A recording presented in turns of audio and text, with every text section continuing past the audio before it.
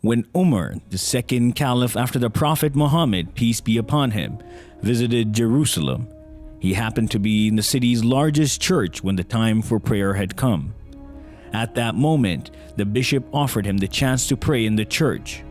The Caliph Umar replied, "No, for if I pray in this church today, my followers may annex it after I am gone, and no longer able to protect your rights."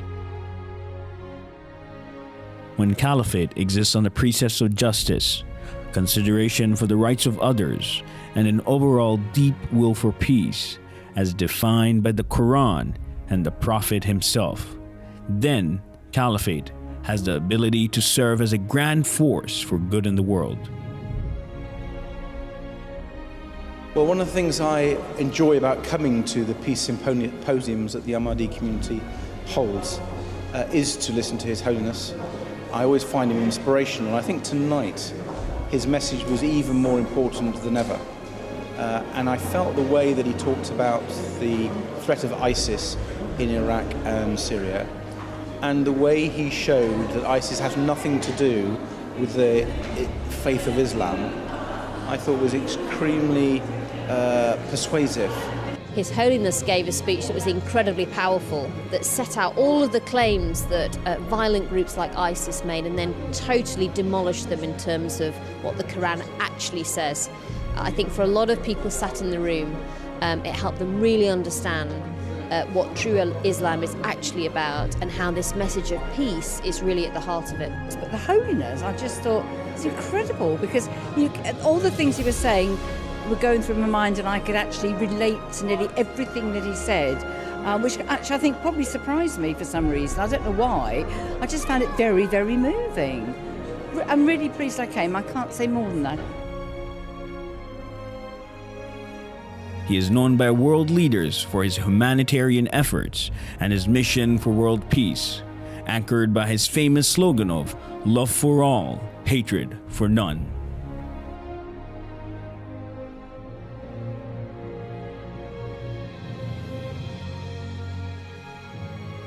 He has traveled extensively to spread the message of peace and to remind everyone to respect the rights of other human beings.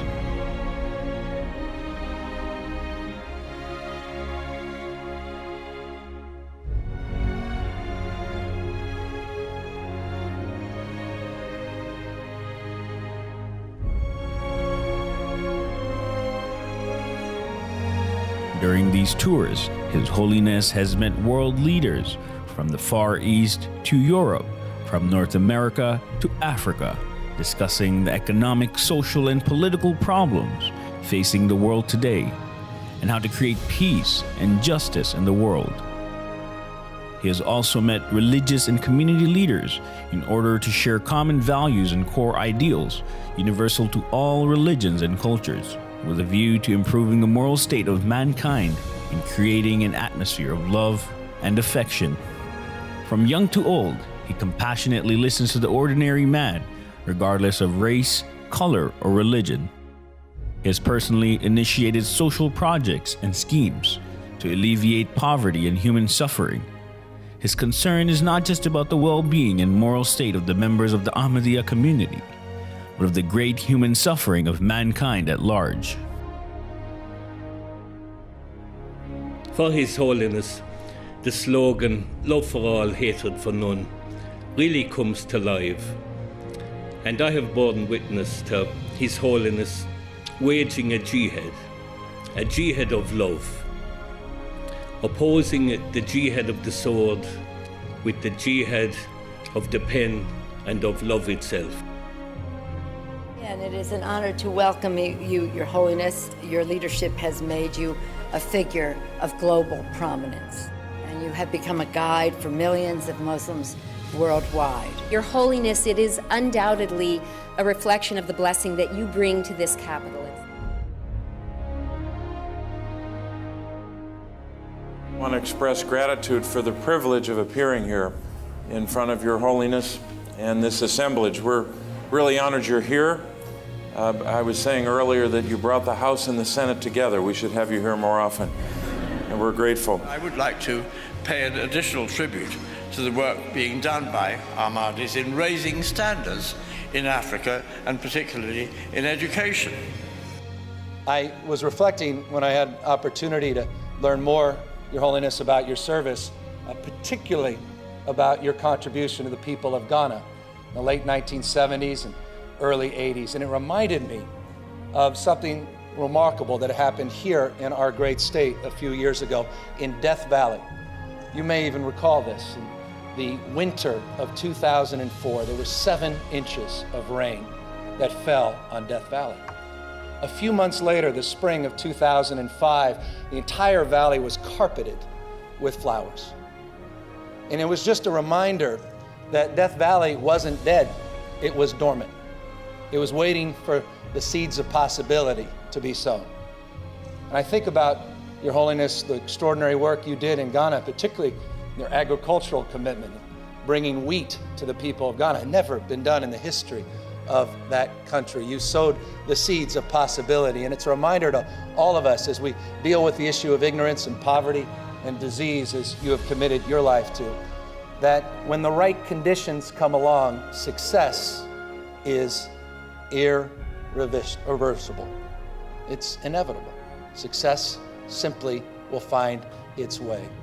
For all the events you go to, you will seldom see the golden key presented. Today you will see the golden key presented to you, Your Holiness. I've seen 4 keys to the city given out in my 12 years as a city council member, and this is a very special honor indeed that is reserved for the most special of visitors. This hand shook the hand of His Holiness. I was just thrilled. Today, this man, Mirza Masroor Ahmad, worldwide head of the Ahmadiyya Muslim community, is the Caliph of Islam.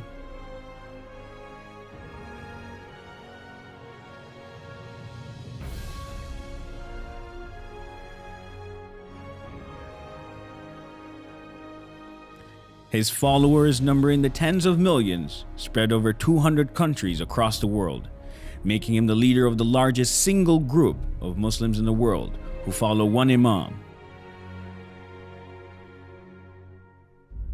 The Caliph, who has spoken at Capitol Hill, the British Parliament, the European Parliament, and has held court with dozens of world leaders, is celebrated as a champion of peace by leaders across the world.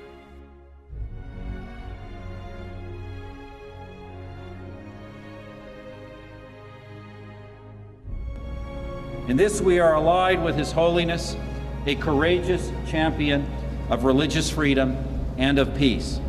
We especially applaud the Caliphate for denouncing those who pervert faith by claiming it as a justification for violence.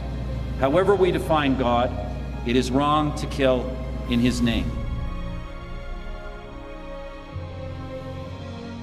Today, when we, the Ahmadiyya Muslim Jamaat, raise the slogan of love for all and hatred for none as a means to establish global peace, we do so directly in fulfillment of the teachings of the Holy Quran and the practice of the Holy Prophet, peace and blessing of Allah be upon him.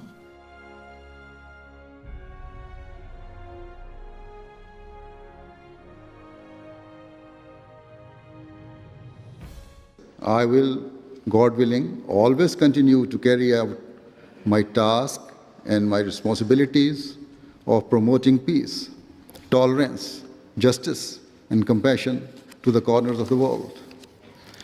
I will continue to tell all people that in order to be relieved of the pain and suffering that we face today, we must adopt true justice and equality.